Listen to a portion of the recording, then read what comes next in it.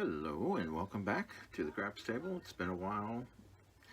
I want to go over the Moonbow and the unicorn and talk about this perfect craps strategy, quote unquote, the perfect craps strategy. This is going to be a lot of theory and why and answering whys and stuff like that. So I have not rehearse this, so I don't rehearse anything. I always fly by the seat of my pants. But anyway, here we go. With John's daily paycheck, we did 5,000. He had a $5,000 bankroll, and I know the unicorn was supposed to be based off of $1,000, but it's supposed to be scalable, so it's supposed to be easily scalable from bubble craps to, VIP is one of his bullet points of the unicorn. So it shouldn't really matter, for the 5,000 or the 1,000. So we'll try and work on that, okay? And that'll be a future video where we scale it down, okay? I have perfected it, well, kind of perfected it. It's mostly perfected. I'm happy with it. I'm content with its version right now at the 5,000 phase, okay, or level. So John had some bullet points. I want to go over the bullet points of the unicorn, the quote unquote perfect craps strategy. Does the strategy work as it's written? Well, yes, this works as it's written. You can throw it on any type of table, and it should shine, and it does shine. It does shine. So the holes are the holes. There are 2 holes, and we'll discuss that in detail. But let's go on to another bullet point that it does, check mark all of the different bullet points that John had or has. He wants to be he wants for it to make a profit on short rolls, on 2 or less rolls. My strategy is designed. The unicorn is this. The Moonbow is designed to do that. Be out of the hand by 2 or 3. So I think it doesn't quite make that, but it depends on how he defines that. But be out of the risk zone and stress free, yeah, it does that. So if that's what he means by be out of the hand by 2 or 3, then yeah, it does do that. So on the second hit, it will do that. Dominate a monster roll, of course it does that. Once you're past the second roll, then if you have a monster roll, the sky's the limit, because you can after you collect, then you can halfway because you can halfway press to the ceiling, or however you wish to press. Okay. Which follows into the next bullet point of John for the perfect craps strategy. Consistent collections. It has consistent collections on the very first roll, on the come out roll, on the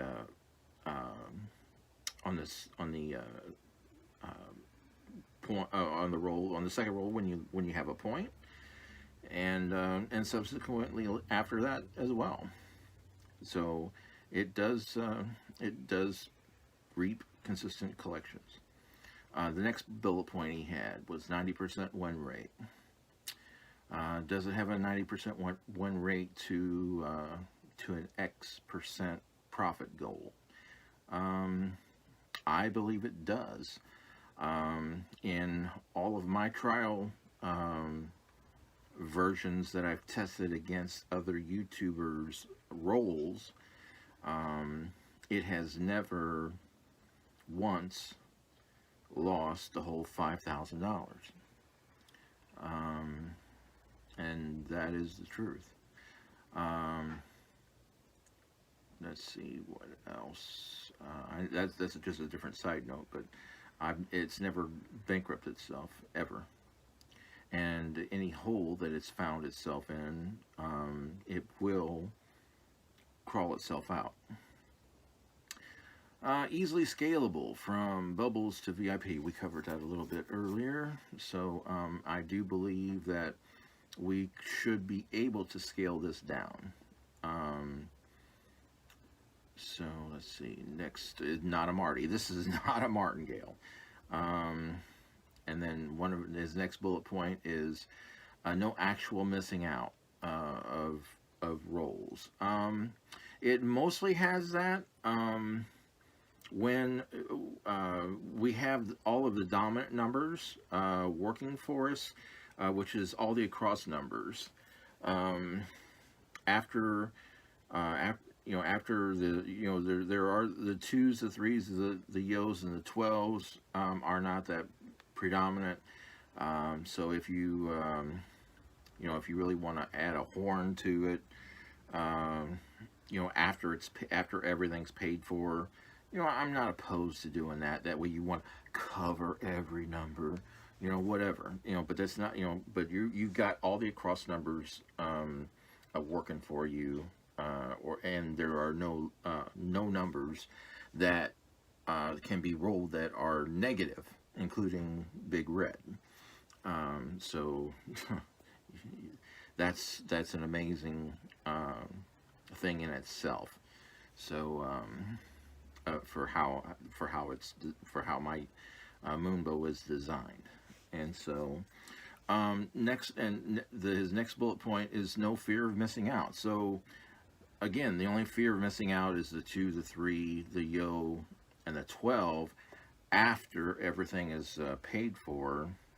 And if you have that, again, you can just throw a horn out there or whatever, and you'll be happy to include those super outside numbers. Then we get into the 3-phase strategy, which is number 1, get in or get paid quickly, which it does. Number 2, lock up a base profit, set up to play free, and this does that within two hits, and then 3, profit build, and then after those hits are established, you're in the stress-free zone, so of course you can profit build. So it meets all of those criteria. Okay. Now, do I agree with? I've got a few. I look through a different lens than John does on phase 2, especially where he wants to go crazy and put the money at work to lock that base profit up and to build it up quickly. And he loves tier pressure. That's his thing. Well, when it works okay. That's his thing. But the pitfall of that is that he is putting money to the elephant graveyard. And there's no crystal ball because we don't know what's going to happen on the next roll. We don't know what that number is going to be. So my argument to that is I'm going to stick with the Goldilocks that works, that's proven to work time after time, that is consistent. And I'm not being greedy. I'm being consistent. I'm being a consistent winner. And how am I doing that is with the half press and my design of the half press. That's my answer for that, is because I'm taking whatever the bet wins, taking half of that profit, putting that towards I'm putting up to half of that profit, of that win, excuse me, and put it towards the table, and I'm bringing half or more back to the rack, because I know that there are no guarantees on what's going to happen on the next roll. And so that's my solution. Instead of wanting to put more money on the table for it to grow, for the tier pressure, that's not guaranteed, you know, where I'm, and the also the half press does snowball, you know, and it will snowball, and you're keeping your losses down, and your wins are growing. So to me, it's a win-win. That's why I call it the Goldilocks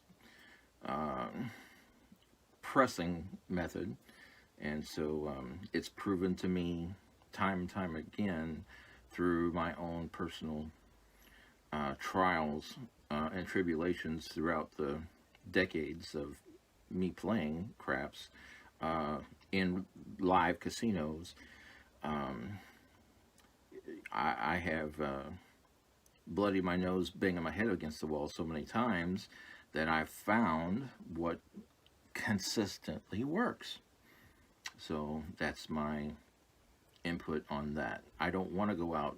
I don't need to go out there and tier pressure and you know, shoot for 5 or 6 or whatever, how many rolls that he wants to do that for, and not reach that goal, because we've seen that more often than not, that he doesn't reach whatever tier level he wants to reach at and then be devastated.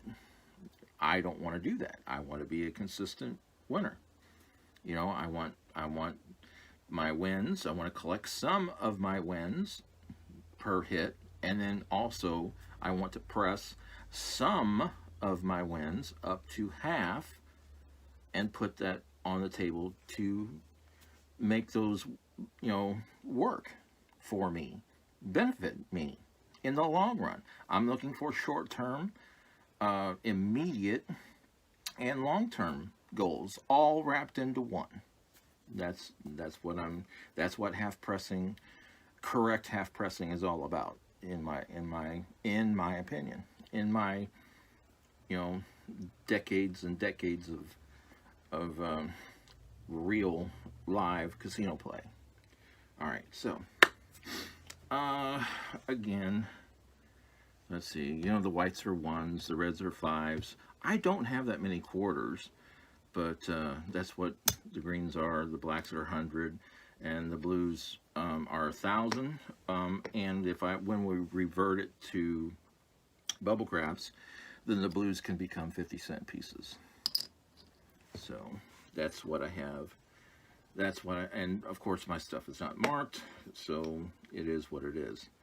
All right, so we can do a bankroll here. I've been yakking my mouth off way too much. There's 2,000. 1, 2, 3, 4, 5. That's a 3. And let's see here. 1, 2, 3, 4. 3, 4, 5. So that's 500. Let's see here. I'll do another 5.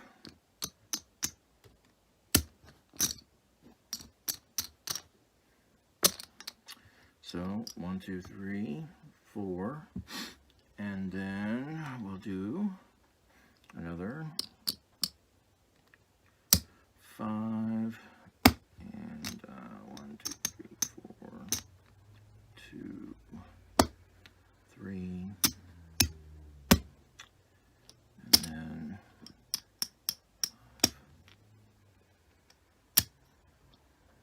50, 75. That's 100.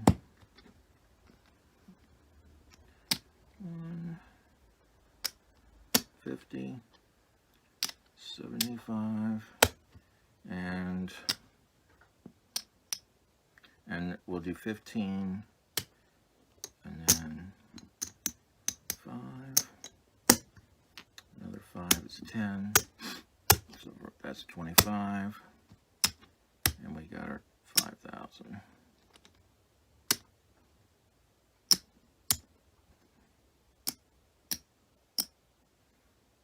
And we'll put that over here towards us.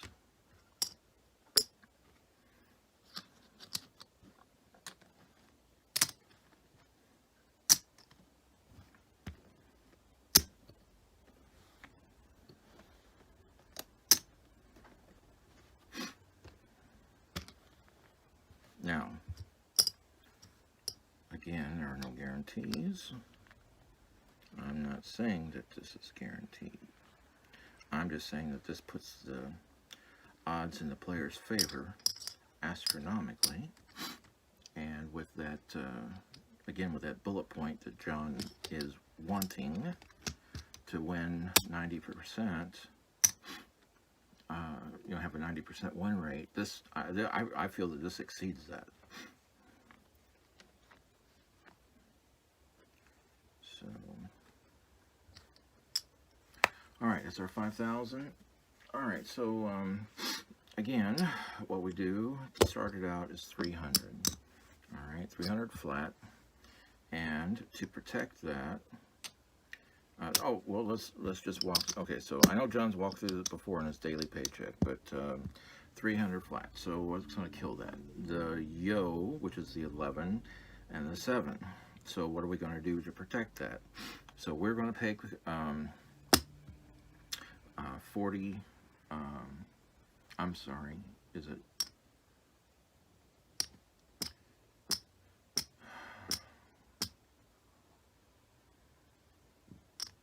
Yeah, it's 20. Yeah, it's 20 and 20. 20. And I'm going to put this over here. I'm going to actually put it, I'm going to say that instead of the E being way over here, you know, I'm just going to make it, you know, just a little extra box here so I don't have to keep reaching all the time. So this is going to be a field, and this is going to be an 11. So we've got 20 and 20, 1 for the E, which stands for the 11, and 20 in the F, which is the field. And my field is going to pay triple 12s and doubles on the 2. And so that nullifies the 11. Okay, so you would lose the 300, but the 11 pays 300 because it's 15 for each one. It pays 15 to 1. And then if a yo is rolled, the field would get paid also because the 11 is in the field, and so this would pay an additional even thing. So this would lose, this would win, so this would be paying this to make it equal, and then this is the one that's going to actually make you money. Okay, and so that would reset, and then you would just pocket that. That's if the 11 comes.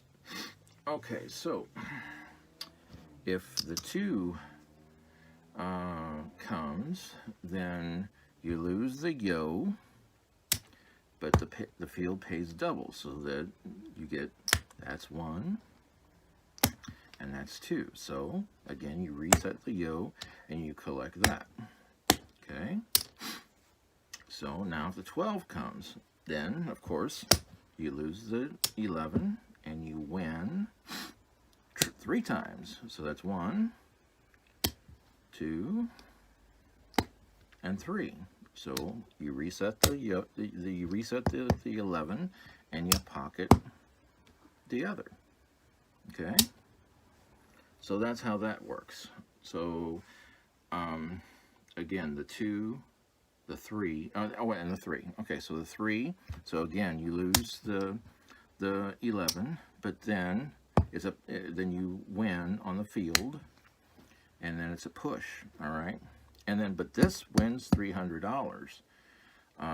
So you just reset that, and you get your $300, and there you go. Same way with the 2.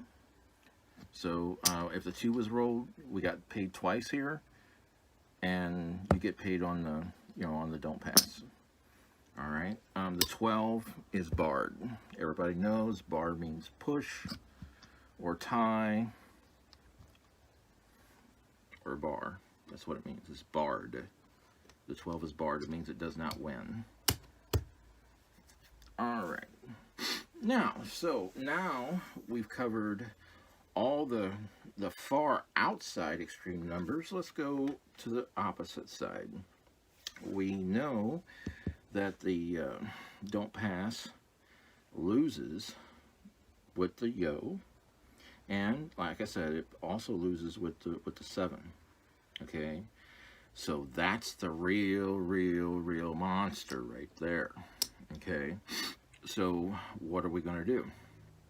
Well, you can just say screw it, and just keep your flat there, and just if the 7 comes, it eats my 300 and my $40 there, and that's just life, and I'm okay. I'm sticking to my flag in the ground that if that happens, that happens, and then I've got my bankroll to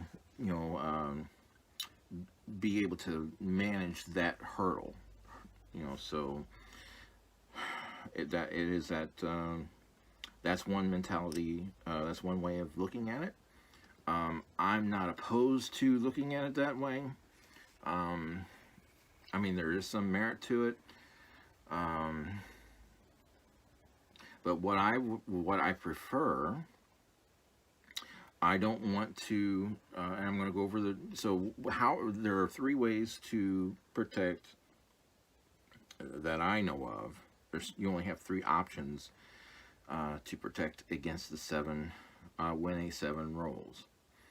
The first option is the any 7, which is that 4 to 1 bet, and that is the worst option out of the 3, and everybody under the sun will agree with that.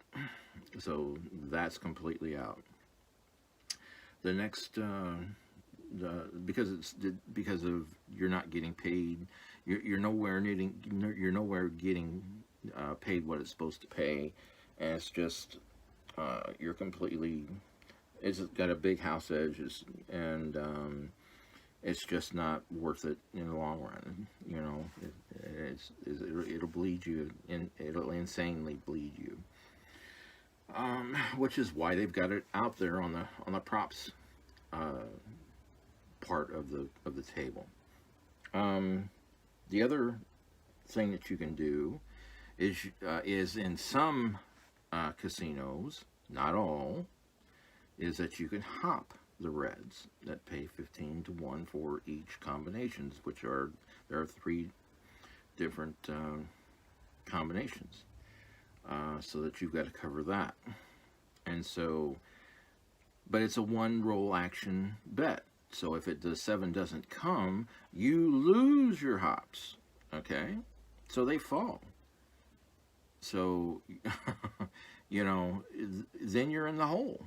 Then your don't pass is only worth what it is minus your hops, whatever amount that you put out there to do that. Your don't will still stand, but your hops fall, which makes this less valuable. That's not a good idea.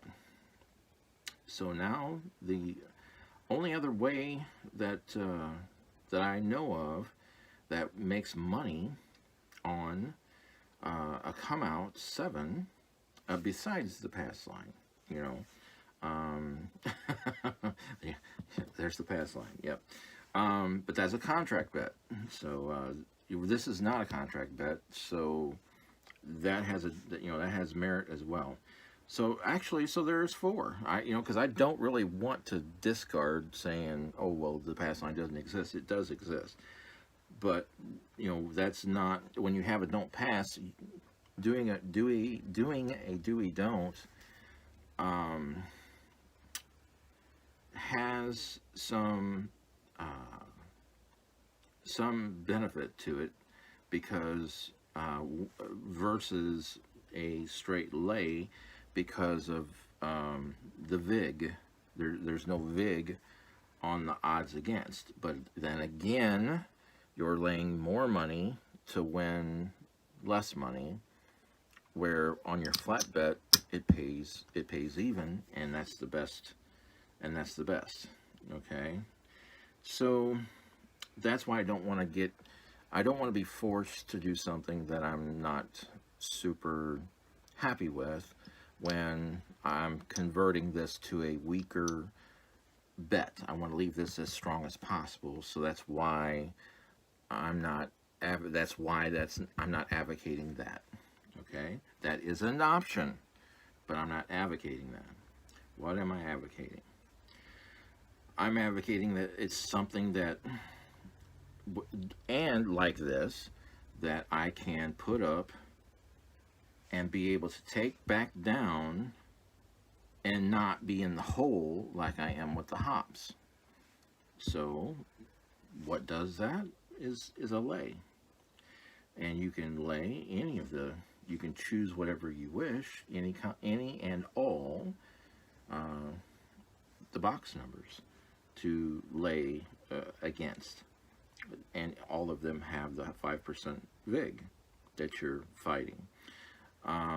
But you get that vig back when you take that lay bet down. So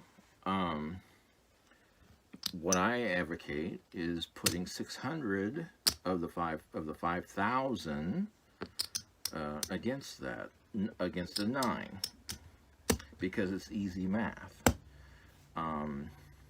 to me. This way I know this is guaranteed, the 7 is guaranteed to make me money, and I don't have to sit here and, well, how much do I lay? Do I lay, 3, or do I lay, how much do I lay? Do I lay, 12, or, or what? But it's got to be in increments of 3 minus the vig, because it pays 3 to 2. So it's 300, 600, whatever. But it doesn't have to be actually in hundreds. It's 369, whatever, etc. and so on. So but anyway, but I picked 600 easily because it would pay 400 minus the vig, and the vig is $20, so, which is the 5%. So that pays the 380. So I've got 340 minus 380. So I'm up $40 when the 7 comes. All of this gets paid back plus a profit of 40. So I'm still winning just like these are, and I'm not losing my don't pass, which is the most important thing in keeping my don't pass strong. So what kills the lay? Well, it's hitting that lay. That's what kills it. So that's the risk. That's the hole. And the only sub option that you have is whatever that profit is. In this case, it's $40 to the good. You can use that towards hopping the 9 but it's not enough, but you could use some form or variation of that to nullify or to negate some of that loss, but it's not enough. $40 hopping the 9 is not that big a deal, but you could do that. That's an additional hedge to the hedge to the hedge, and that is another you know, you're spinning, you're starting to spin your wheels.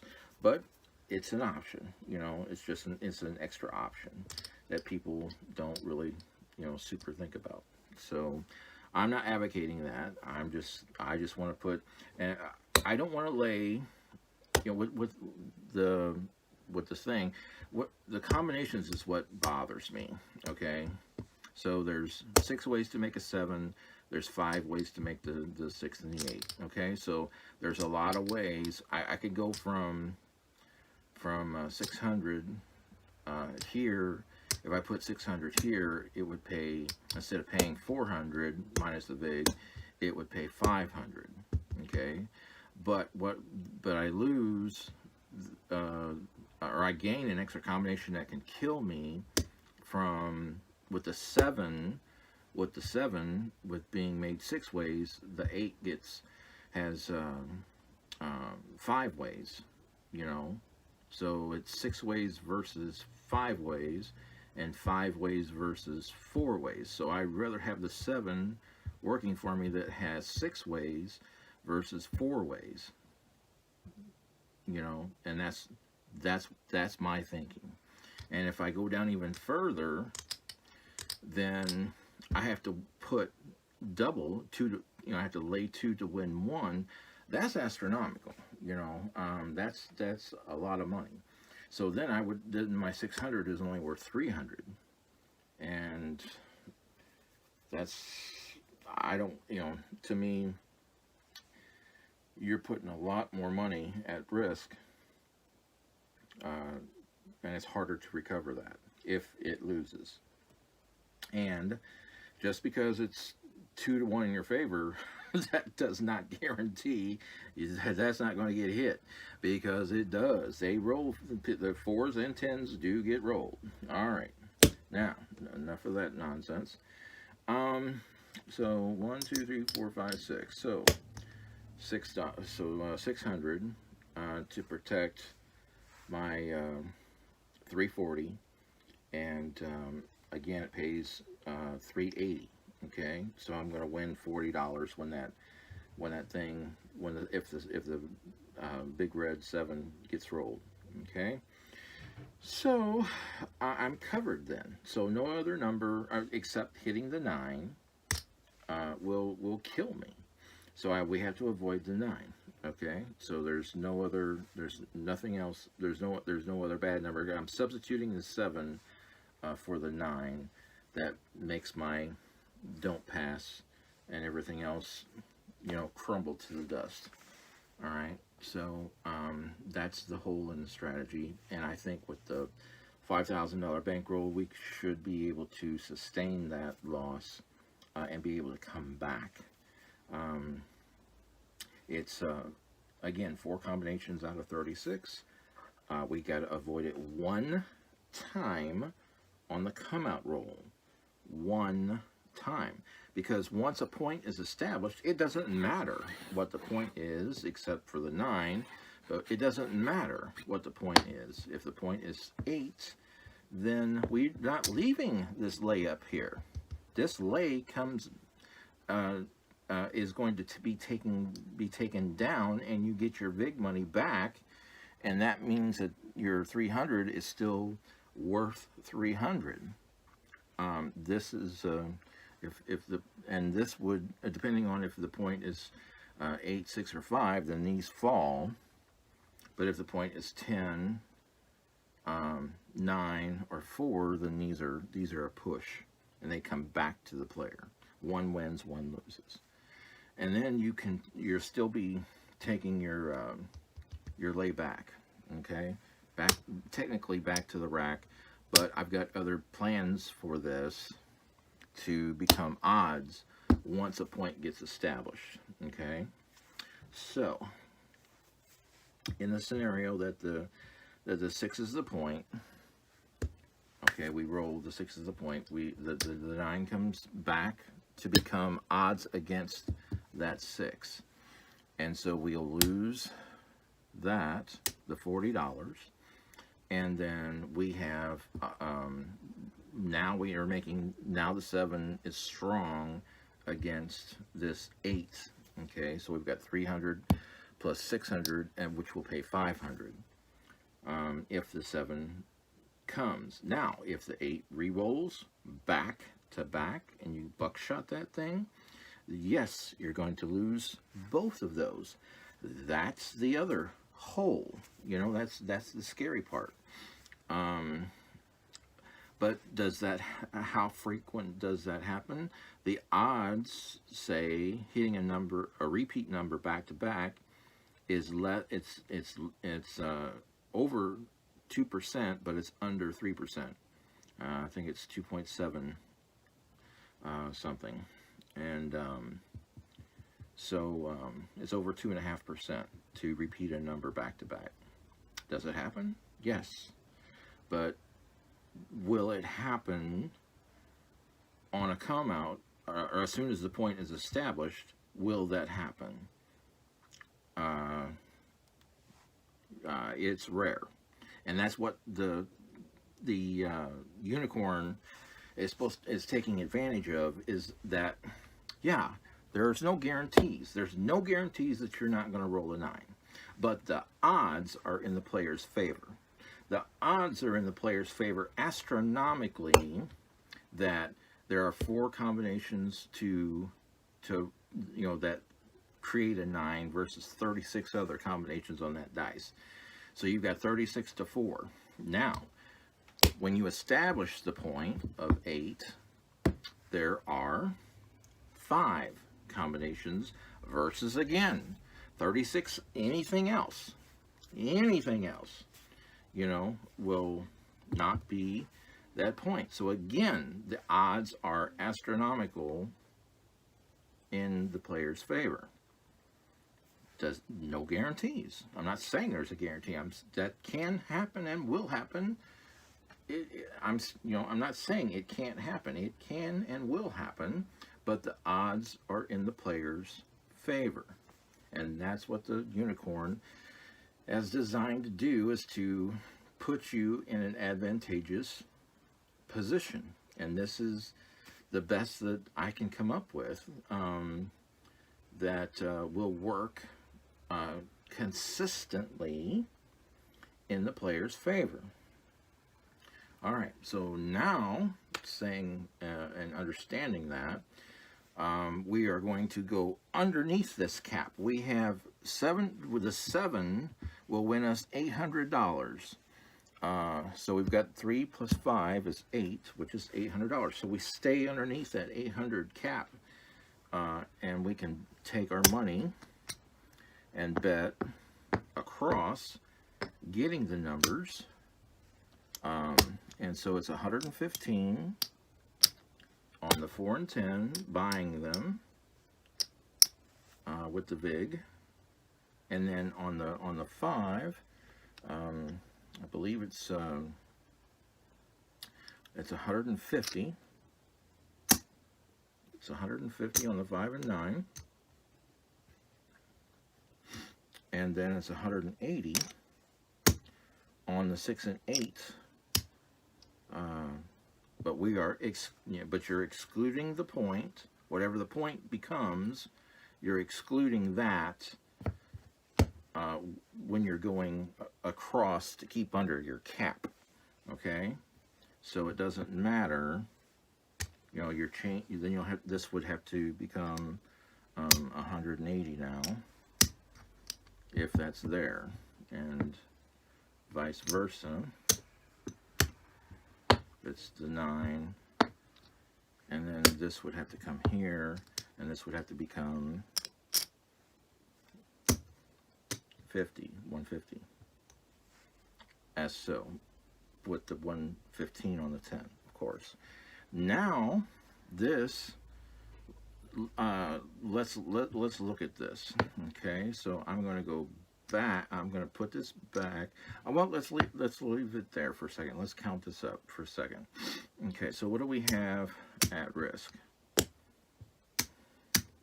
To make sure, because I know that we're under that cap. We have 1, 2, 3, 4, 5. That's $500 there. So this has got to be under 8. 1, 2, 3, 4. That's 1. That's 2. That's 250. 3, 4, 5. That's 375. So that's 1, 2, 3, 4, 5, 6, 7. That's 750. 775 right there. So that we're under that cap of 800. Okay. And then on top of that, you've got to account for, depending on what the point is. In this case, we would have gotten that $40 back to us because it would have been a wash. So, but if the point was 5 or 9, then that's different. Okay, so we would have got, so we don't have to worry about, so we're under the cap of the 800 with the 500 plus that. Okay, so let's set that back up. That's 3. 1, 2, 3 cap. 1, 2, 3 cap. 2 and 2. Okay, so we're golden right now. What kills us is a repeat of the point back to back. Again, it's under 3% that you're going to do that. So it's astronomical in the player's favor that you're not going to do that. So what happens when you hit one of these numbers? Every single one of these pays 210, except this one. This one pays even greater than that. This pays 2 1/4 minus the VIG. And so you'll be paid 210 the majority of the time. So what do you want to do with the 210? Once you get one hit, you want to nullify that 4%, because this is a lot of money to lose. You don't want to have this at risk. We only want one hit. That's part of the unicorn, is that you want to be out of the hand and profit on short rolls, and and collect consistently. Okay, and so that's what we're doing. So now we've got a new cap that is established. So what we're going to do is that we're going to live underneath this new 210 cap for the cross bets. Okay, and since we have this, we can now nullify the 300 because it's no longer needed, because this is all paid for. These are our winnings have paid 210, so we don't need to be out there anymore risking that high of a money. We need to be underneath this new cap to be risk or stress free. Okay, so we want to be in that stress free zone to get out or get paid quickly, which is what we did. We're locking up the base profit. And we're set up to play for free, which is the second phase of this unicorn. So what we do is we bring all this back to us, to our rack. Okay, technically. So I'm going to set that aside. And then we need to be under the 210 cap for our total bets across. So how do we do that? We go with quarters, and we can buy that, and then this would come back. So what do we have and so then we would cap our 6 and 8. So that's what we're going to be using out of this, whether it comes from here or it comes from here, we still have to be under the 210. So this is how much? 1, 25, 30, 35. So 135 is less than 210, and then you have to include the possible $40 also that you lost. Whoops. Yeah. Whoops. So it's really what you have to do is you're doing this. So that's 100, 25, 30, 40, 50, 60, 75. So that is actually 175 that you are still accounting for to be in the stress-free zone that has that's going to guarantee a win if this loses. You know, if your bets lose on the next round, you've already locked in a profit. Okay, so you're at 175 versus the 210. Okay. Okay. 1, 2, 3, 4. Yep. Put that like that. And bring this back. Cap and cap. Alright, so this comes back to the player. All of this comes back to the player. I'm just setting this aside temporarily. And then this comes, and this is the most important part. You know, a lot of people will forget this. When you come back to this lower level of the 210, you have to lock up or nullify this point now because there's no need for this. Okay? Yeah, you could scrape it all down and you'd have the 4 or well, if you're the shooter, you could make this like table minimum or whatever. But there's no need to do that. All you really need to do is take a portion out of this and bet it's a 100 and 160. So you're going to convert this over here back to here, and there's that.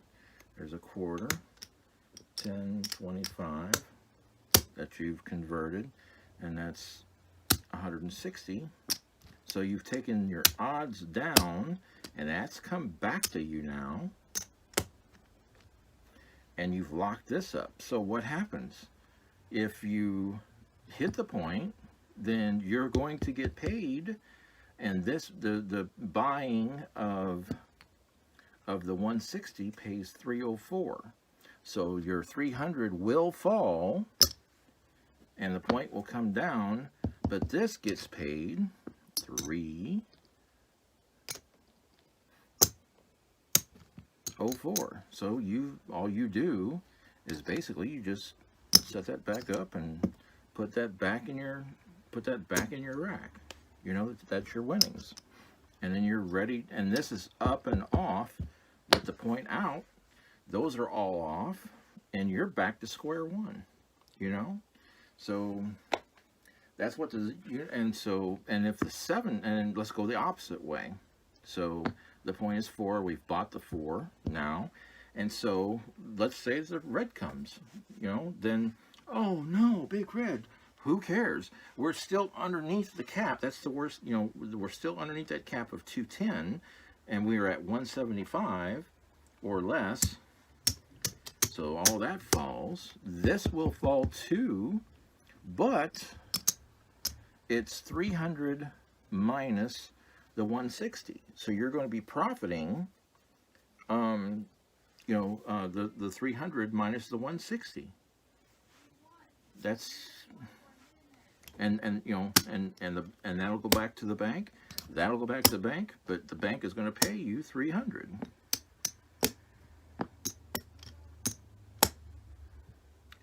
Poof.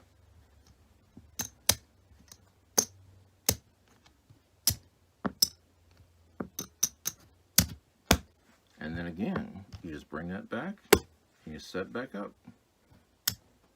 And it's not a big deal. It's not a big deal, and you're ahead. You've won. There's no situation where you lost in that scenario.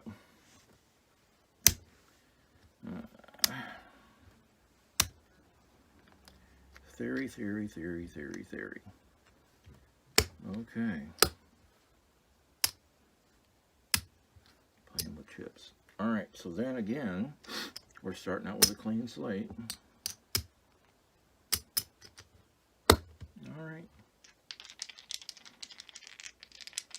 And 20 on the 11 and 20 in the field. 4. So 4 becomes the point. This is not in danger. We take this back technically to our rack, okay? But we're going to use that as odds, but we've got, because 4 is the point, we need to make this pay 500 to stay underneath the to make this $800 cap, okay? So we have to make this 600 and put 4 more with it to become 1,000, okay? So there's 1,000 because the point is 4. This 11 loses, but the field wins. All right, and so that is a tie, and that comes back to the player. It's not needed anymore. So that sets us up for going across. So we're putting 115, buying it on a 10, 150 on the 5, 150 on the 9, 180 on the 6, 180 on the 8. Throw our little caps on there. And so now, what is our problem on this next one? The problem is the repeat of the point. So if we repeat the 4, we're going to lose the 1,000 plus the 300 for 1,300. We don't want that. That's you know. But again, the odds of that happening is less than 3%. So here we go. Yo 11. That didn't help us or hurt us. 6, 5, 1. There we go. So that pays 2, 10. So now what do? We immediately run and nullify this. Okay, so we take that back and we put this at 1, and out of this 1,000, we're using 160 of this 1,000. So there's that to nullify that point. And now we've only won 210. So now we've got to go and make our across be under the cap of the new cap of 110. We have to be underneath that. So we take this down and we convert it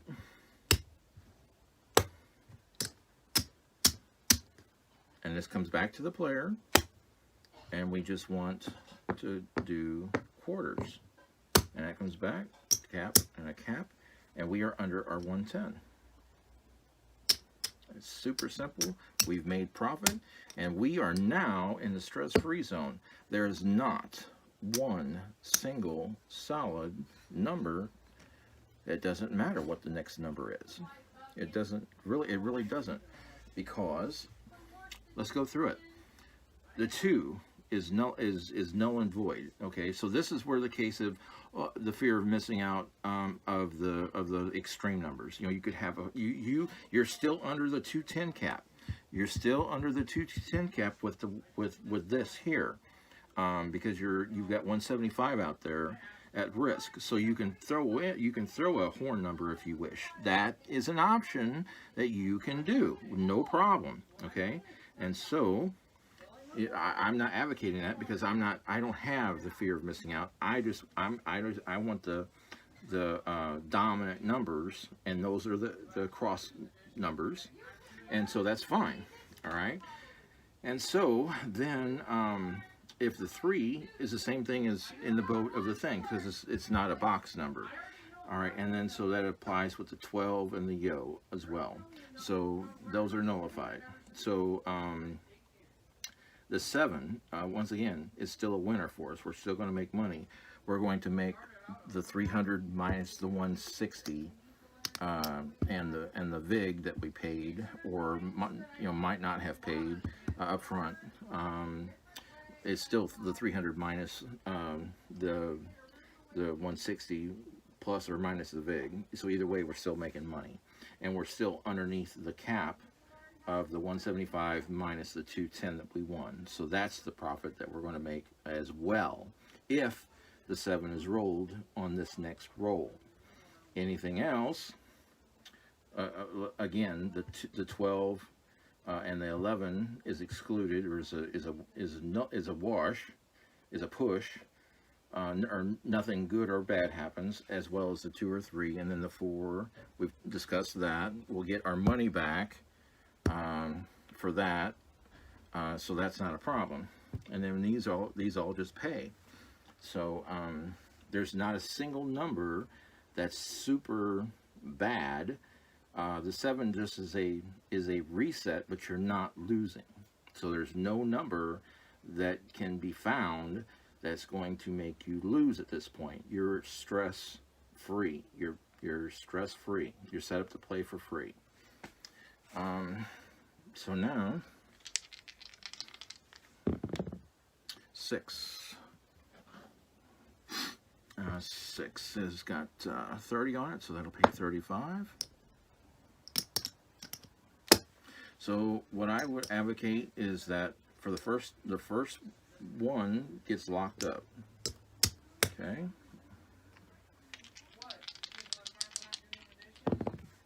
5. 415. So that gets paid 35. Now what I recommend is half pressing, and pressing up to half my winnings. It pays 35. I would make that look like and press 15 on there, and rack a profit. Okay. So I'm putting money up there, and I'm bringing back money at the same time. And because if I went and did a full tier pressure, like our good friend usually does, then what happens is he'll either risk the whole bloody thing, or he'll just do a full, or he'll do that and lock up only $10. And so he's putting more money on the table, and we have no idea what the next roll is going to be. Do we want to just be happy with the 10, or even just pressing the whole thing? I'm not. That's not benefiting me. That's not benefiting my rack. It's not. So what is benefiting my rack is if I break it close to half and press up to half, but not half, pressing up to half and bringing back money, because I want my rack to grow. That's the whole thing. Is I don't mind giving some money to snowball to make this more profitable for me. I want to be profitable both ways, and that's the best way that I know of, through just insanely doing this repeatedly and figuring this out by the School of Hard Knocks. 6. So that's another 35. So again, you can press this 18.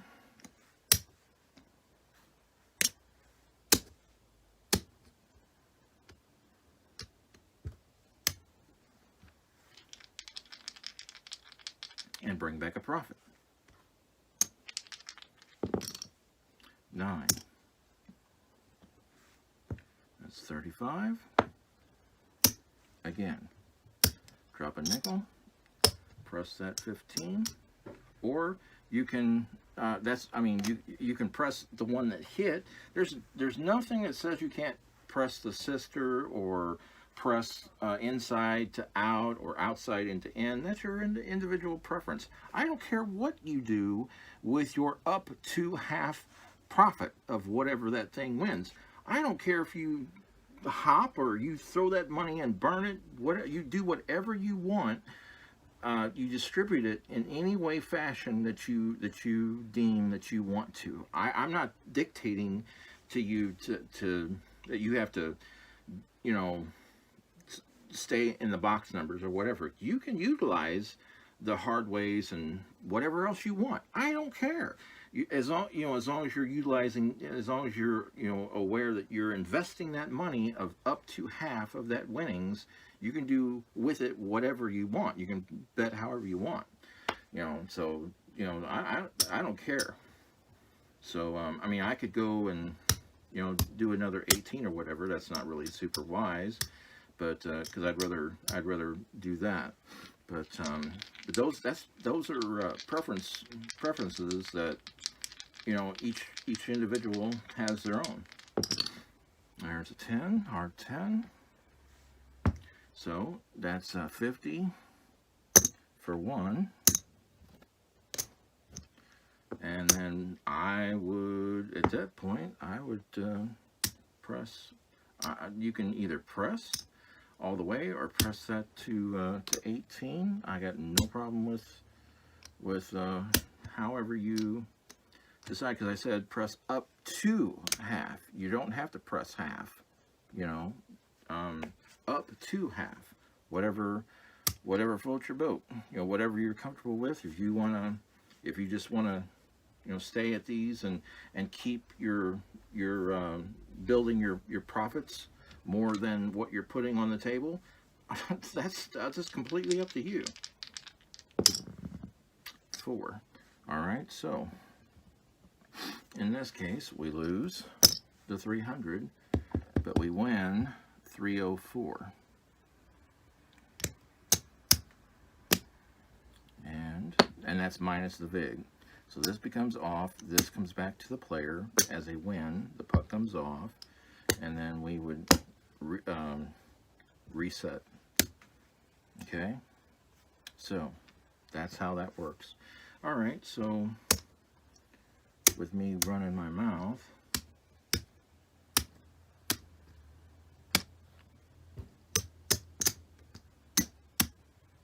let's see where we're at. Okay.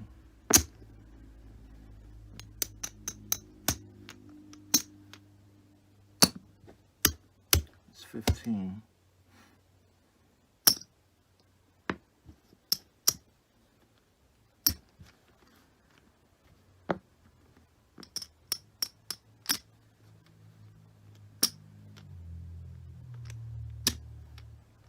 That's 1.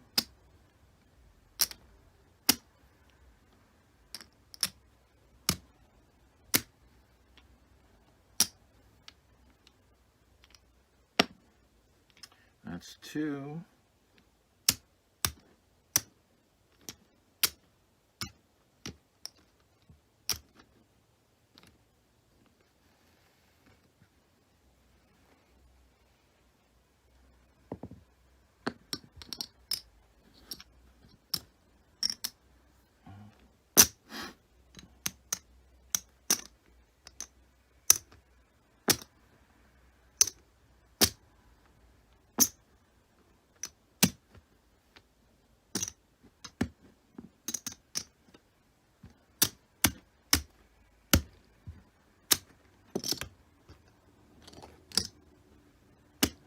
Okay, so that's over.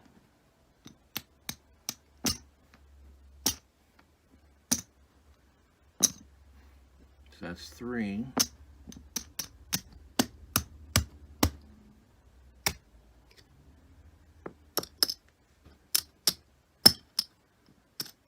So this is 5.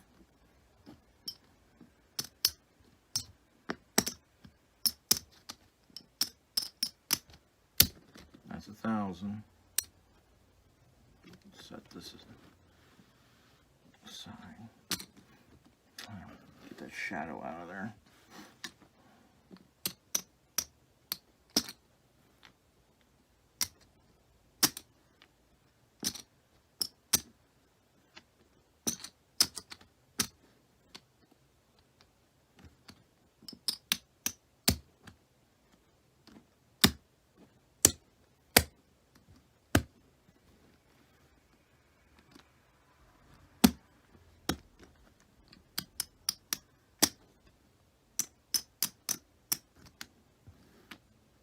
Okay.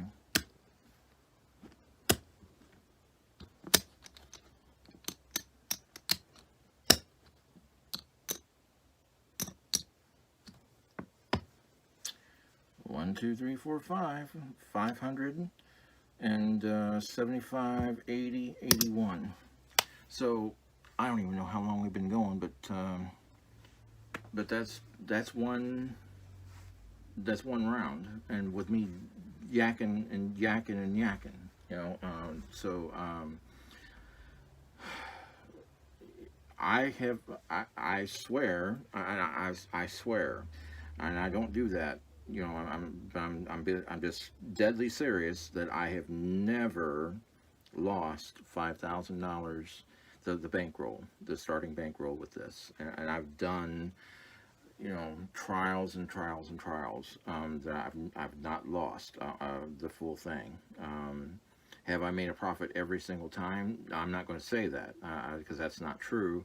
I have come down where I was like down 100 or what have you, but it battles back. So given if you're patient and you spend and you stay at the you know, and you do exactly what I've laid out, for when you have a loss, when you have any loss, you stay at that level twice and then regress, then you keep the sting out of losing either your lay or your repeat, back-to-back repeat of the point.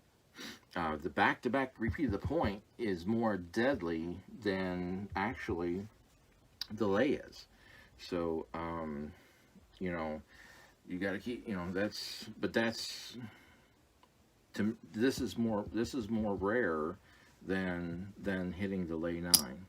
So anyway, I just wanted you to see all that. I wanted to go over with you in detail of what the criteria was for the perfect craps strategy, aka the unicorn, and what I did, and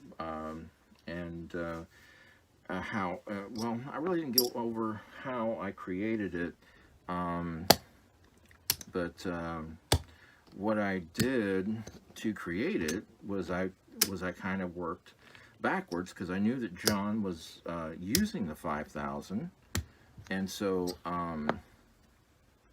I knew that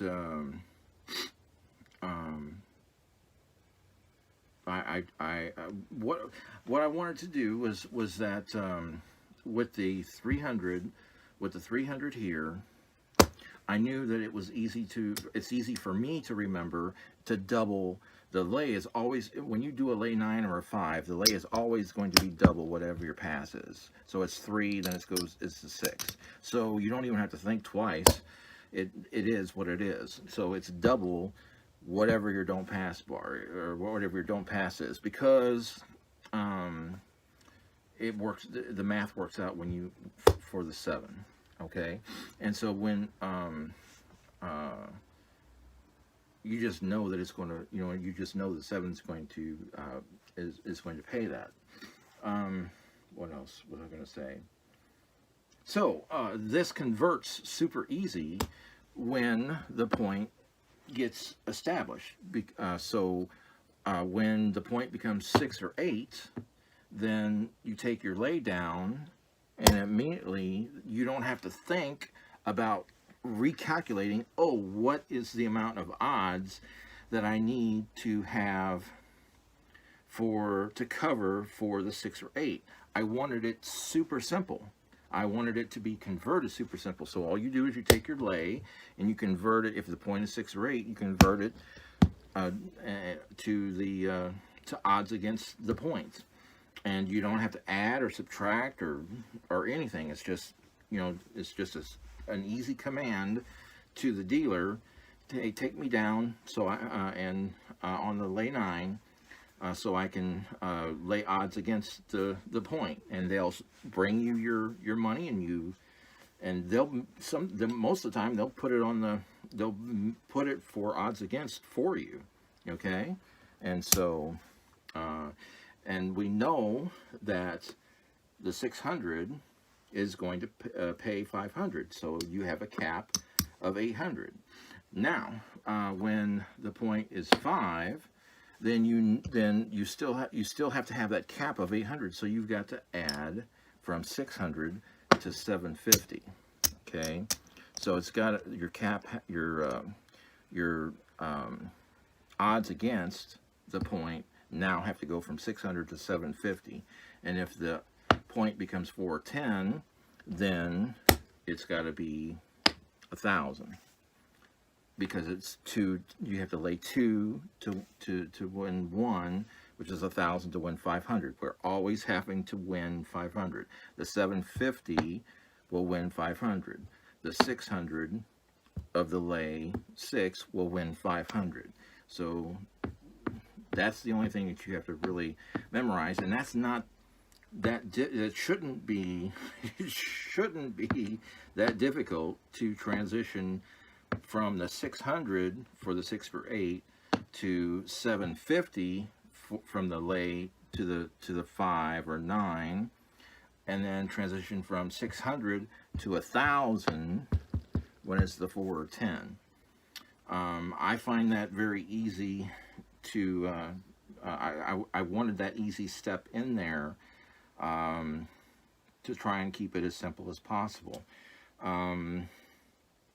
So that gave me the cap of 800 to come across for John, and so I calculated that out, and it paid 210. And so again, once we got the 210 plus a potential 40 loss of the yo and the field on the 5, 6, or 8. Becoming the point, that's an extra 40 loss. Then the second version of the across has to be underneath that cap, including that 40 loss. So it all worked out with quarters going across plus the cap of the 6 and 8 for the 30. Okay, so that's how I calculated it out. You know, it came to me pretty simple. And so then you can convert this to a lower table if you want. But so this would work on a quarter table with no problem. And most people, you know, they're not saying, oh, you know, they're usually saying, oh, it's a $15 table or a quarter table, or because they're not finding $5 tables anymore. So this thing, you know, will work, and you know, and so you don't have to worry. You don't have to worry. You don't have to fret about any of that. But anyway, that's part of my whys of working things out, and trying to make it as simple as possible for the players, because I don't want you, you know, panicking and thinking, you know, and forgetting stuff. Oh, what do I have to do? What do I have to do? What do I have to? How much is it to cover? How much is it to cover? So the worst part of it is after the point, and you've banged the 210 profit. Then the worst part of it is remembering the 160 out of the 1,000, taking the 1,000 back down and using 160 out of that 1,000 to buy the 4 again to nullify your don't pass. And if it's the 5, then you've got to 1, 2, 3, 4, 5, 6, 7, 50. Then you're taking 215 out of your 750 to nullify the 5 to protect your don't pass. And again, with the 6 of laying 600, you're taking 255 and 58.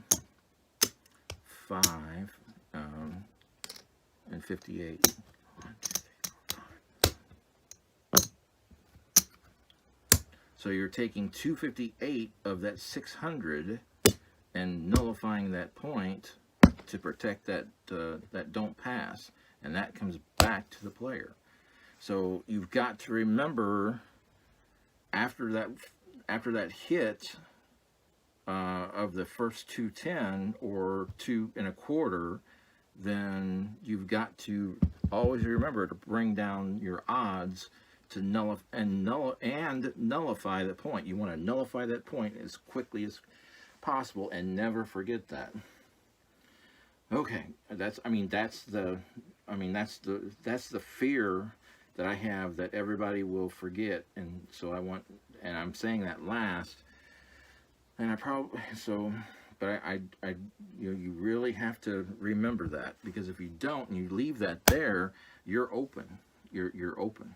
Not the 256, but the 600. You know, because what I fear will happen is that you'll have 300 out there, and the 600 with the point of 6, you'll come over here and do your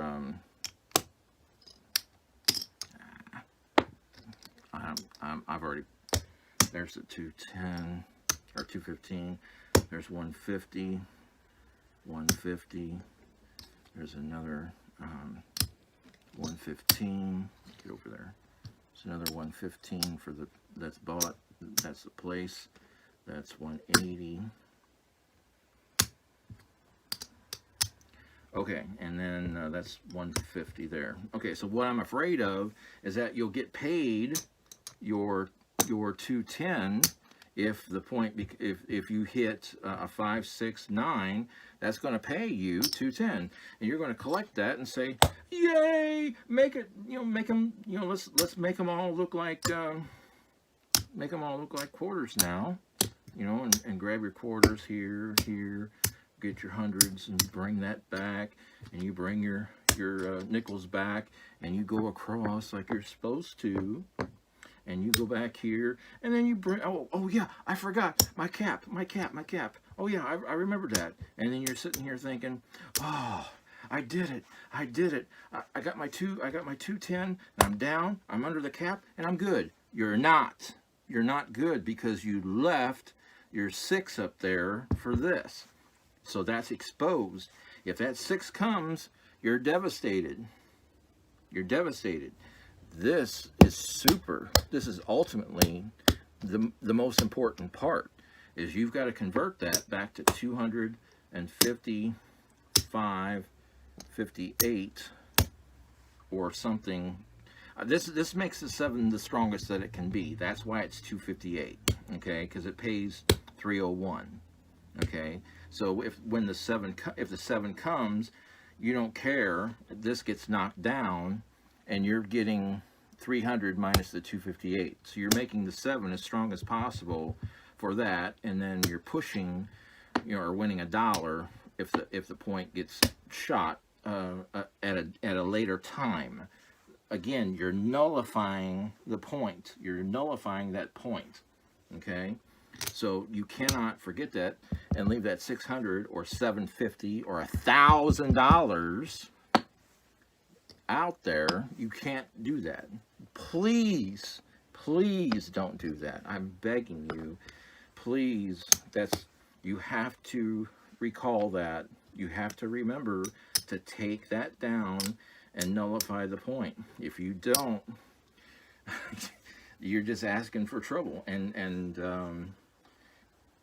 That's the most thing that I can stress, is to take the lay, convert it to odds, get a hit, then take the odds down and nullify the point. You have to nullify the point. You have to nullify that point. And that's a unicorn. So, any questions? Hopefully I explained it thoroughly to you guys' liking. I appreciate y'all checking me out, spreading the word, using the unicorn. I'll make another video and showing what we can do at a lower level, and show the whys of that. And we'll do that again at another time. And I'll catch you next time at the craps table. Thank you very much, and you have a great one. Bye.